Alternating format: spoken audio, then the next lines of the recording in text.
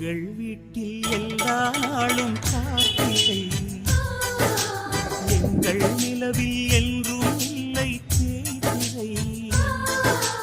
எங்கள் வீட்டில் எல்லா நாளும் கார்த்திகை, எங்கள் நிலவில் என்றும் இல்லை தேய்திரை. கிளி கூட்டம் போல் எங்கள் கூட்டமே இது ஆனந்த பூந்தோட்டம். அன்பின் ஆலயம் எங்கள்